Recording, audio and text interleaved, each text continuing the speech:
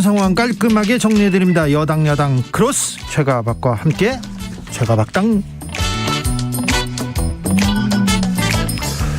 여야의 최고 파트너입니다. 주진우 라이브 공식 여야 대변인 두 분 모셨습니다. 최영두 국민의힘 의원 어서 오세요.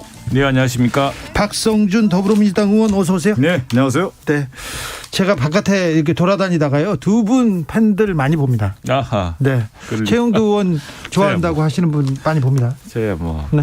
요즘 여유가 있어요, 최영두 의원님. 아, 자꾸 그러니까 얼굴도 뭐. 좋아 보이시죠. 대선 경선할 때 우리가 대선 경선 본선 치를 때 방송할 때 최영두 의원님의 모습과 지금 대선 승리하고 있는 모습하고 전혀 다릅니다 지금. 이게 승리한 겁니까? 이게 그 간발의 차이로 아슬아슬하게 협치해. 네. 승자의 여유가 보이는데 우리 부지런히 좀 노력해야 됩니다 우리도. 네, 두 분한테 덕담을 했고요. 자, 네. 국회의원들, 정치인들 최저임금 받게 하자 이렇게 얘기하는 분들이 있는데 이거 어떻게 생각하십니까? 근데 그 무슨 말씀드리면 저희들이 성금을 참 많이 냅니다. 네. 이게 이 무슨 급여도 이걸 세비라 그러는데 그것도 이제 상한 폭이 있고 해서. 네. 그래서 뭐 더 열심히 일하고 해야죠. 알겠습니다. 그런데 그런 말 나왔다라는 것은 이제 국민들의 눈높이에 맞는 어떤 수준이라고 할까요? 네. 이제 만족하지 못했기 때문에 그런 얘기가 나오는데. 네. 그만큼 이제 국회가 더 노력하라는 그런 채찍질로 받아들이겠습니다. 알겠습니다. 야, 정치인들, 네. 아무튼 중요한 역할을 하고 있으니 더 많이 노력하고 더 많이 뛰는 모습 보여줬으면 좋겠습니다. 5855님, 청취율 조사 하듯이요. 국회의원들도 잘하고 있는지 조사 방법 없을까요? 1년에 4번은 무리더라도 1년에 한 번만 해도 좋겠네요. 제발요. 이 얘기 또 나옵니다. 국회는 이제 4년 동안의 의정 활동을 하면서 선거를 하지 않습니까? 4년에 한 번씩 평가받죠. 그 선거를 통해서 그 책임을 묻고 그 평가에 의해서 다시 뭐 선출이 되거나 아니면 이제 정치적인 퇴로가 있는 건데 그 중간에서도 보면 국회 안에서 의정 평가들이 계속 있어 오거든요. 있고요. 그리고 또 당내 경선이라는 절차가 상당한 치열한 경선들이 있습니다. 그래서 몇 번의 그 경쟁률을 뚫어야만 되는 과정들이 있기 때문에 두 분은 뭐 열심히 또 일하고 있고요. 또 열하고 있는 걸 또 보여주고 있으니 뭐 걱정은 없습니다. 6119님. 저도 오늘 전화 받았어요. 청취율 조사 전화 받았는데 주진우라고 했습니다. 요새 02로 전화가 오면 최영두 의원님 어떻게 해야 되는지 아세요? 받아서 자기가 듣는 라디오 방송, 좋은 방송을 그럼 뭐라고 하실 거예요? 주진우 라이브라고 하셔야 됩니다. 주진우라고만 하시면 안 됩니다. 최가박당. 주진우 라이브에 최가박당 좋아하신다. 좋습니다. 네. 주진우 라이브. 네, 알겠습니다. 네.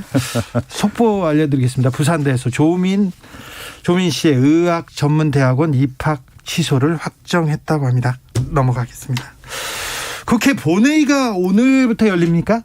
오늘이 사실 3월 임시의 마지막 날이었습니다. 마지막 날이고 이제 내일 다시 4월 임시가 열리고 오늘 마지막으로 한 것은 그 지금 지방자치 선거, 그 광역 선거, 기초 선거였는데, 광역 선거는 이게 헌법재판소에 따라서 이 인구 편차, 그러니까 유권자 그 선거구마다 이게 지금 인구 편차가 큽니다. 자꾸 그 어떤 도시화되고 또 어떤 데는 인구가 줄고 또 늘어나고 해가지고 1인 1표의 원칙에 따라서 뭐 똑같이 1인 1표를 할 수는 없겠지만 그래도 그 한 선거구와 다른 선거구의 인구의 수가 2배가 넘어서는 안 된다 이런 기준이 있기 때문에 그래서 이제 인구 편차를 줄이기 위해서 광역 선거구 조정을 해야 되는데 지금 선거구가 아직 안 정해졌습니다. 아직 안 정해졌습니다. 아, 그래요? 예, 그게 하나 있고 그래서 그걸 이제 다른 게 지금 국회의원 선거구는 인구 편차가 2대 1까지 돼 있는데요. 1대2가 넘으면 안 된다. 안 되죠. 그런데 이제 뭐냐면 지금 이제 기초의원이라든가 이제 광역의원 같은 경우는 헌법재판소에서 판결이 4대 1까지 있었거든요. 그것이 안 되니까 3대 1로 조정하라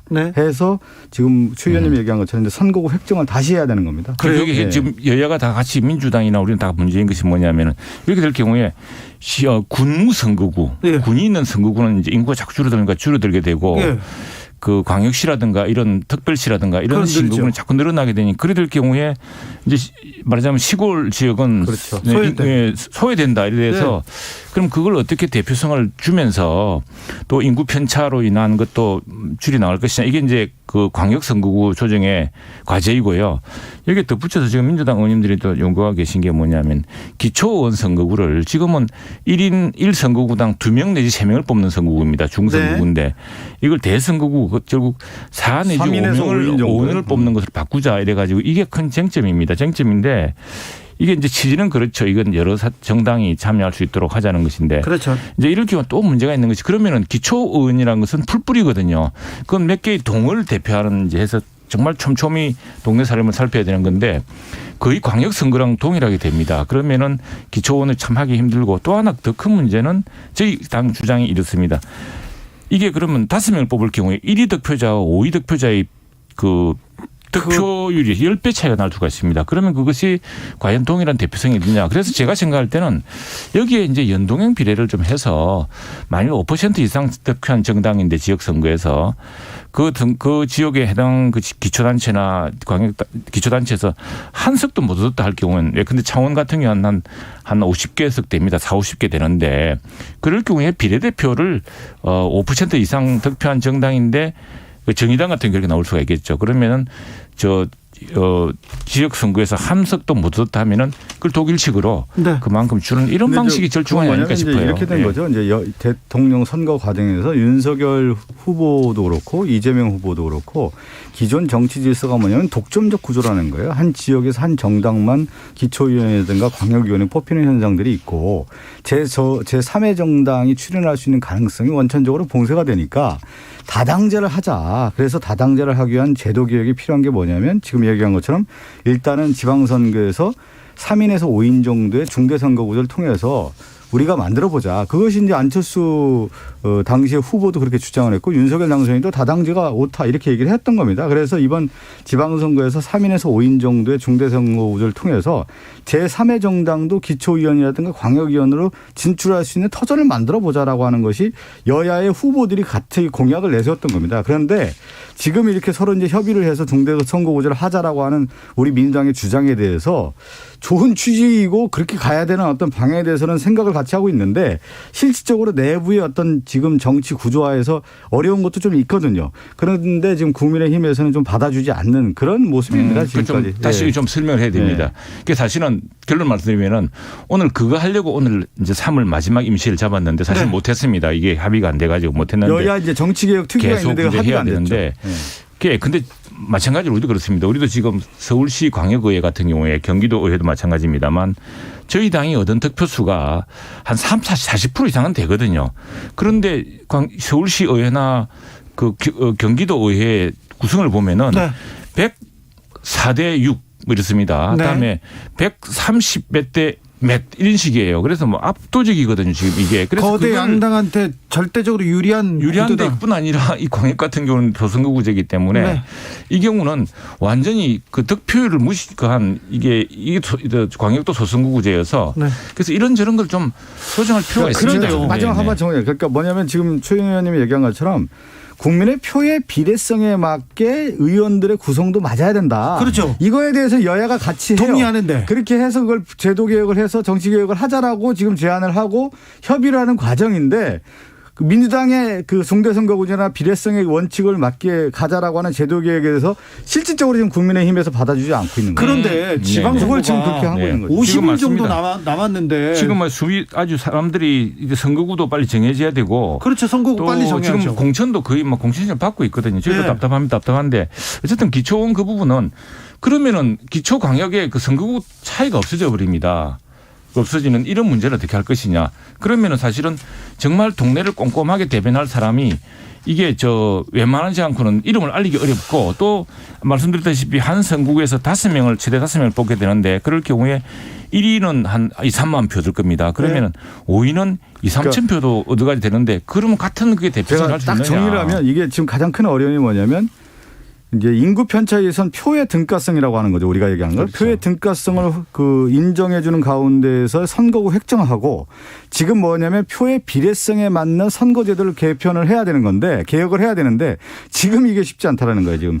그러니까 여야의 시각차가 좀 큽니다. 79 의원님께서 선거구에 관련된 이야기는 정치인들의 숫자 이야기라 어려워서 이해하기 힘들어요. 이렇게 얘기하시는데 지난 대선 때 이재명 후보 그리고 윤석열 후보는 잘 안 했습니다만 안철수 지금 인수위원장 정치개혁 얘기하고 정치개혁으로 나가겠다고 얘기를 했습니다. 국민들이 다 지켜보고 있으니까 정치인들이 이 개혁으로 가는 길도 조금 서둘러 주시기 바랍니다. 그렇죠. 이게 중요합니다. 그리고 이제 풀뿌리 민주주의를 살리기 위해서 전쟁 어떻게 할 것인가 이런 네. 고민도 함께 해봐야 돼요. 네, 고민해야죠. 지금 빨리 정치 개혁을 위해서 토론하고 합의를 하셔야 됩니다. 나다님께서 어떤 분은 출근도 안 하시고 수십억 받은데 국민들한테 최저임금 높아서 안 된다고 하시니 한덕수 후보자 관련해서 지금 이제 논란이 이제 막 시작됐어요. 그런데 최저임금 관련된 얘기 그리고 고문료 관련된 얘기가 지금 민주당에서 벼르고 있는데 이 부분 어떻게 보십니까, 최영두 의원님? 최저임금이란 걸 만드는 건 맞지 않고요. 최저임금이란 것은 우리 국민들이 어떤 경우에도 최저한의 생활을 보장할 수 있는 임금의 기준이고 우리는 자유 경쟁 공정한 사회 아니겠습니까? 어떤 사람이 예컨대 정말 창의적인 활동과 정말 뼈를 깎는 노력으로 큰 부를 이루었다면 그 부를 비난하지 않는 것이 우리 민주주의가 자유시장 경제겠죠. 그렇죠. 그러나 어느 경우에든 어떤 사람이 어떤 이유에서든 저 인간 이하의 삶을 살아서는 안 된다. 네. 최전의 인간적 삶을 보장해야 되는 게 최저임금의 비입니다. 그걸 이제 비교해서 이야기한다는 것은 좀 가혹한 측면이 있고요. 네. 네네. 그리고 이제 그 부분은 저희 이 인수위에도 어느 시민단체가 그 지금 총리 후보자 이야기죠. 총리 후보자에 대한 돈 급여의 문제, 민간에 있을 때 급여의 문제 같은 걸 제기를 했습니다. 그 일정 검증을 했는데 거기에 대해서는 검증상 문제가 없다고 봤던 것이고요. 또 지금 계속 이야기가 나오는데 이게 지금 채로 놓은 이야기가 아니고 이분이 총리를 지금 두 번째 하시는 거 아닙니까? 노무현 대통령 마지막에 부총리도 하셨고 또 뭐 대사도 하시고 뭐 이래가지고 또 굉장히 많은 그 검증의 대상이 되었습니다. 그 이야기가 다시 되풀이되고. 그런데 이제 이렇게 보죠. 우리가 큰 틀에서 한번 생각해 볼 필요가 있는 게 그러면 윤석열 정부의 인사 기준은 어떤 것이냐. 인사 검증 기준이라고 할까요? 국민에게 제시하는 기준을 좀 저는 제시해야 된다고 봅니다. 뭐 많게는 아니라도 두세 가지 정도는 기준을 예를 들면 재산 형성의 문제라든가 아니면 이제 도덕성의 문제라든가 뭐 가족의 어떤 재산 형성이라든가 이런 몇 가지 있지 않습니까? 경력의 문제라든가 이런 것들은 세 가지에 대해서는 기준을 좀 제시하고 국민에게 이런 눈높이에 맞게 하겠다라고 하는 것을 제시를 한 다음에 인사 그 기준에 맞게 이런 후보들을 우리가 검증했고 여기에 맞는 사람은 추천하겠다. 그리고 이제 임명하겠다. 이렇게 제시가 돼야 되는데 일단은 가장 중요한 게 윤석열 정부가 어떻게 가겠다라고 하는 인사 기준이 없다라는 것이 저는 좀 애석해요. 이제 처음이니까 그 기준에 대해서도 또 민주당이 제시를 해줘야 돼요. 민주당이 뭐 송곳 검증하겠죠. 그렇죠. 아니 그건 뭐냐면 민주당의 검증 차원이 아니라 국민에 대한 예의인 거예요. 왜 그러냐면 이 정부는 이렇게 운영하겠다. 인사검증 기준이 이런 것이다라고 제시를 하고 거기에 맞게 하는 것이 당연한 것이죠. 그 기준은 이제 우리만 제시하는 게 아니라 사실은 민주당 정부 이래로 제시된 기준이 있기 때문에 그 눈높이를 그렇할 수 없습니다. 그 하나의 기준이 된 거, 이미 높아진 눈높이가 됐고 지금 이 인사는 어떻게 보냐면 지금 다 5년간의 과제가 무엇이냐, 구할 과제가 무엇이냐. 지금 미중 경제 갈등, 또 지정학적 위기, 우크라이나 사태, 또 희소 자원이 전략 무기화되는 사태, 갑자기 지금 자원 석유값이 오르고 지금 뭐 이런 다음에 말하자면 시대적 전환이라는 이런 새로운 과제, 또 국제 무역 질서가 바뀌는 문제 이런 등등을 해서 이 과정에서 지난 우리가 산업화 이후에 60, 70년대 이후에 고속 성장을 해오다가 멈칫하게 됐지만 성장해왔는데 지금 이 패러다임이 바뀌고 있거든요. 이 시기를 뚫고 나아갈 행정부는 어떤 일을 해야 될 것인가. 그게 이제 그 윤석열 당선인은 이제 국민이 뽑았고 윤석열 당선인이 그걸 이제 그런 조각을 해야 되는 거죠. 그래서 제일 중요한 게 국제 통상으로 그리고 총리와 외교라든가 이런 모든 걸 다 해본 분을 경륜 있는 분을 중심으로 해서 국정을 팀을 짜겠다. 그러면 이제 이런 그 시작이라고 봐야 되겠습니다. 경제 외교에 지금 방점을 뒀습니다. 거기다가 또 노무현 정부 때 그 총리를 지낸 분을 이렇게 지명했기 때문에 민주당의 고민도 굉장히 큽니다. 고민인데 이건 한번 지적해 줄 필요가 있죠. 그러면 지금 최영두 의원이 얘기한 것처럼 20세기, 21세기 들어설 때 초에 한덕수 총리가 됐던 시기와 지금 2022년에 새로운 총리가 되는데 새로운 시대에 맞는 그러니까 디지털 환경 시대가 완전히 바뀌었는데 과연 이 시대에 맞는 적임자이냐라는 부분을 생각해 볼 필요가 있고요. 국내 문제와 국외 문제가 지금 산적한 가운데에서 그럼 새 시대를 열 수 있는 사람이야. 그냥 과거의 업종만 있다고 해서 일을 할 수 있느냐 이런 것도 검증을 해야 되는 거죠. 거기다가 정치적인 판단 책임 총리라면 정치적 정무적인 탁월한 능력이 있어야 되는 그 부분에 대해서도 또 물어봐야죠. 물어봐야 됩니다. 그 부분 제 이야기 해도 안 돼요? 하지 마십시오. 괜찮습니다. 그 부분 자신 있게 말씀드리시는데.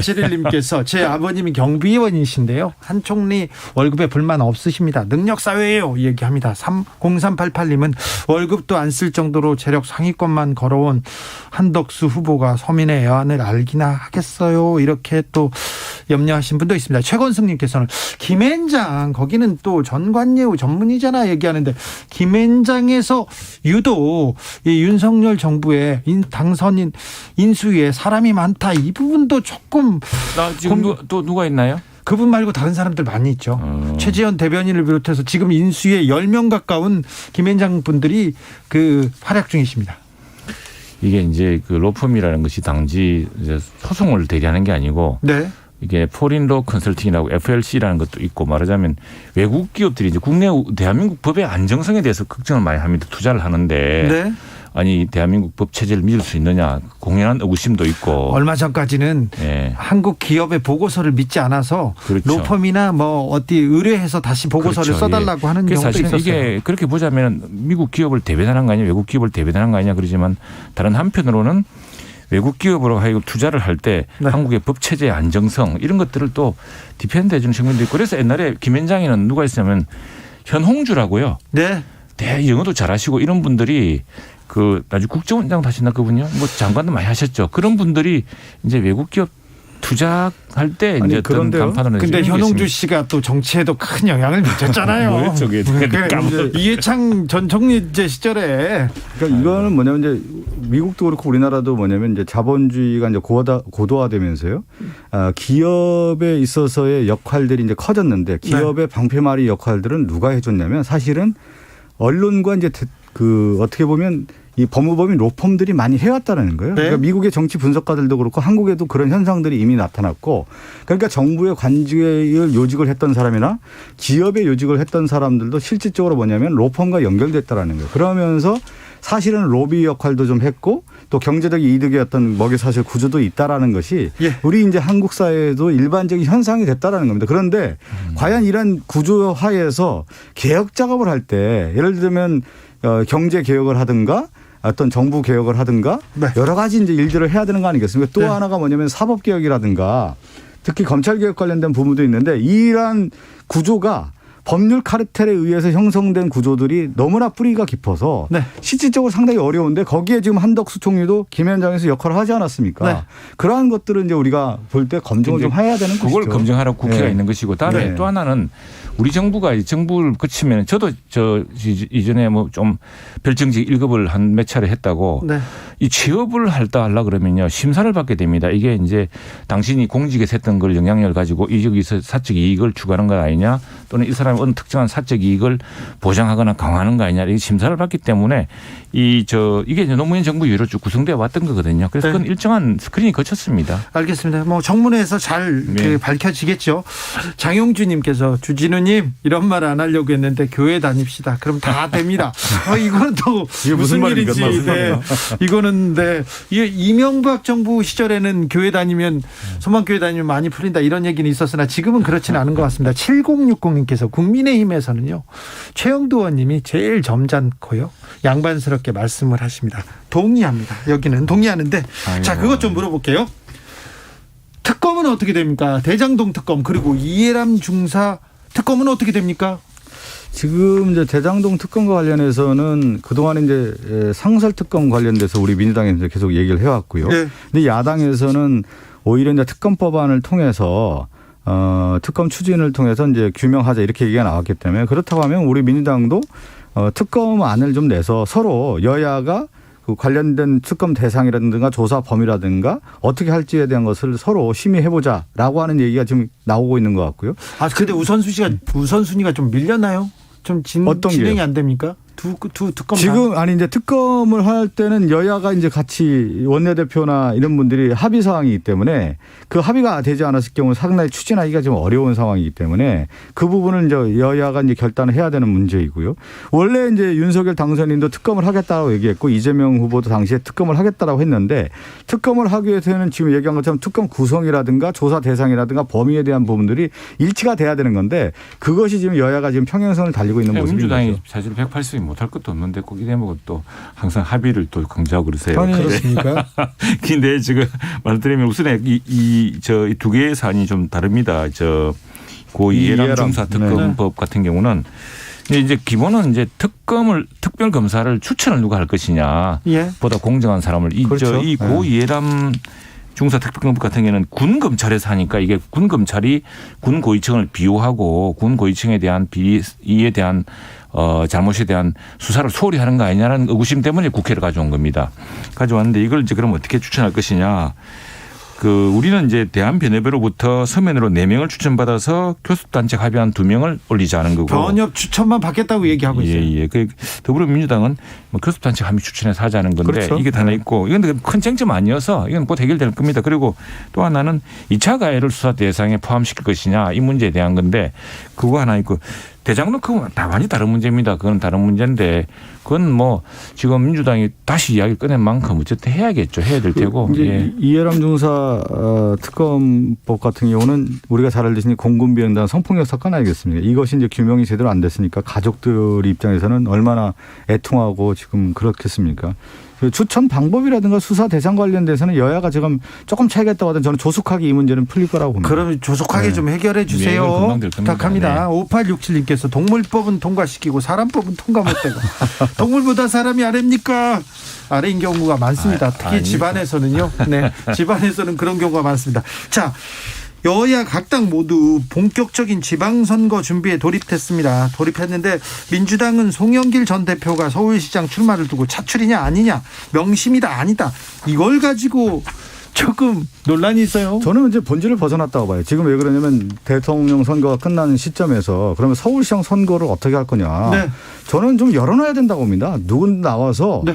지금 현재 오세훈 시장과 해서 배짱 있게 나 이 시장과 한번 겨뤄봐서 내가 승리할 수 있다. 그런 생각을 갖고 있는 사람이 다 나와서 경선을 해서 네. 그래야 붐이 일어나는 거 아니겠습니까? 저는 그렇죠. 그런 붐을 송영길 전 대표가 촉발을 시켰다. 네. 그것이 이제 당내 여러 분란의 요소가 있지만 그래도 이제 송영길 전 대표가 출마한다는 선언을 하면서 실질적으로 서울시장에 대한 관심도가 높아졌고 당원들도 마찬가지 아니겠습니까? 지금 그것이 이제 하나 이제 시작이라고 볼 수가 있는 거죠. 박 의원님 얘기만 들으면 그러면 지금 불쏘시개 역할을 하려고 송 전 대표가 이렇게 나섰는데 네. 왜 근데 당에서 다른 말이 나오는 거예요? 그거는 이제 송 대표가 인천의 의원이지 않았습니까? 네. 그런데 이제 서울에 왔을 때 그 관련된 부분에 대한 충분한 소통이 없었다라고 하는 부분들이 있는데 네. 저는 그거는 큰 본질은 아니고요. 네. 결국 누가 승리할 수 있느냐, 누가 할 수 있느냐 이 싸움으로 가야 된다고 봅니다. 그렇게 가야 되는데 아무튼 서울시장을 놓고도 또 경기 지사를 놓고도 룰 경쟁하는데 민주당의 모습은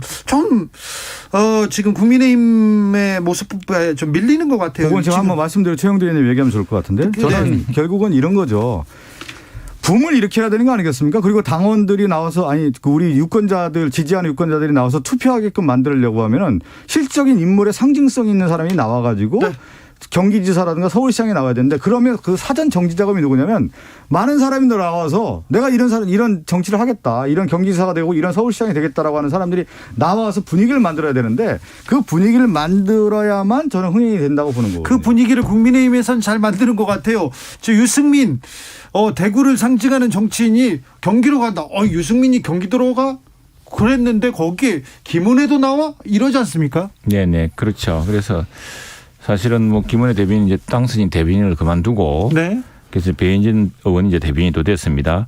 경제 출마에 상당히 관심이 뜨겁습니다. 왜냐하면은 사실은 우리 아주 성공적인 여성 앵커 출신으로 또 그동안 의정 활동도 잘했고 또 경기도에서 경기도 국감이라든가 하면서 굉장히 그 발군의 실력을 보였습니다. 유승민이라는 중진이 나왔는데 그러면 뭐 이제 이 유승민 대 김은혜 그리고 또 우리 당내 경기도의 중진들이 이제 각축을 하게 되면 굉장히 경선하게 되면 굉장히 신선한 어떤 붐을 일으킬 것 같습니다. 그런데 우리는 사실 이거와 함께 이번에 저희 당이 정당 사상 처음으로 시도한 게 있습니다. 그게 뭐냐면은 기초자격평가라는 것입니다. 우리가 운전하는 사람도 다 운전면허증이 있는데 네. 이제 자격 시험 본다는 거죠. 예. 이제 그것도 다 시험 문제집이 있습니다. 그런데 기본적으로 이 공직자에 대한 태도, 특히 이제 국민의힘이라는 이 선출직 공직자가 되려면은 어떤 기본적인 정강 정책에 대한 이해, 또 시장 경제라든가 이에 대한 이해를 기본적으로 해야 된다. 그런 걸 하고 있는데 반응이 상당히 좋습니다. 출제 의원이 이준석 대표인가요? 그거는 여러 의원들이 전문가들이 했고 네. 또 큰 예상 문제집이 나와 있습니다. 뭐 지금 야당 얘기를 지금 이제 미래 여당이 되겠네요. 정치적 우리가 볼 때 이제 선거에서 승부수라는 게 있지 않습니까? 네. 민주당 입장에서는 근소한 차이로 졌지만 이번 지방선거에서 다시 한번 토대를 만들어야 되는 거예요. 그게 뭐냐면 지방선거 특히 이제 서울과 경기의 선거란 말이죠. 그래야 기초단체까지 내려가서 결집될 수 있는 힘을 만들기 때문에 저는 이제 지금에 있는 후보군도 그렇고 또 생각하는 분들도 나와서 정말 경쟁력 있게 좀 경쟁을 해서 이번 6월 2일 지방선거에 좋은 결과를 만들어내야 된다고 봅니다. 그렇습니까? 네. 6663님께서 두 분이 주진우 라이브에 나와서 이렇게 하는 방송 들어보면요. 여야가 안 될 게 없지 않는다. 안 될 게 없는 것 같은데 국회로 돌아가면 왜 되는 일이 아무것도 없는지 참 희한합니다. 국회는요. 합의하고 일하는 데가 아닙니다. 계속 이번에는 바꿔야 돼요. 이번에는. 그렇죠. 예, 정말 바꿔야 됩니다. 두 분이 좀 바꿔주십시오. 그리고 선거 때 이렇게 중요한 선거 앞두고 이 정치개혁안도 몇 발짝 앞으로 나가야 되는데. 그렇습니다. 대선과 지방선거 나가야 되는데 합의가 안 되네요. 근데 그 숙성이라는 게 있거든요. 네. 굉장히 어렵다가 하더라도 또 결국은 이제 거기서 타협점을 찾고 합의하면서 만들어내는 게 정치 아니겠습니까? 저는 네. 그 시점이 이제 도래했다고 봐요. 3123님 대선이든 지선이든 정치인을 주인공으로 만들 게 아니라 유권자가 주목받는 이벤트로 좀 만들어주세요. 이름값 예. 비싼 분보다 민생 파이팅 할 수 있는 인재 좀 발굴해 주시고요. 맨날 그분입니다. 이렇게도 얘기도 하십니다. 맞습니다. 참 그게 뼈아픈 이야기입니다. 네, 예. 말씀 잘 들었습니다. 지금까지 박성준, 최영두, 박성진 두 분 감사합니다. 네, 감사합니다. 감사합니다. 조심히 가세요. 네, 저는 6시 2부로 이어가겠습니다.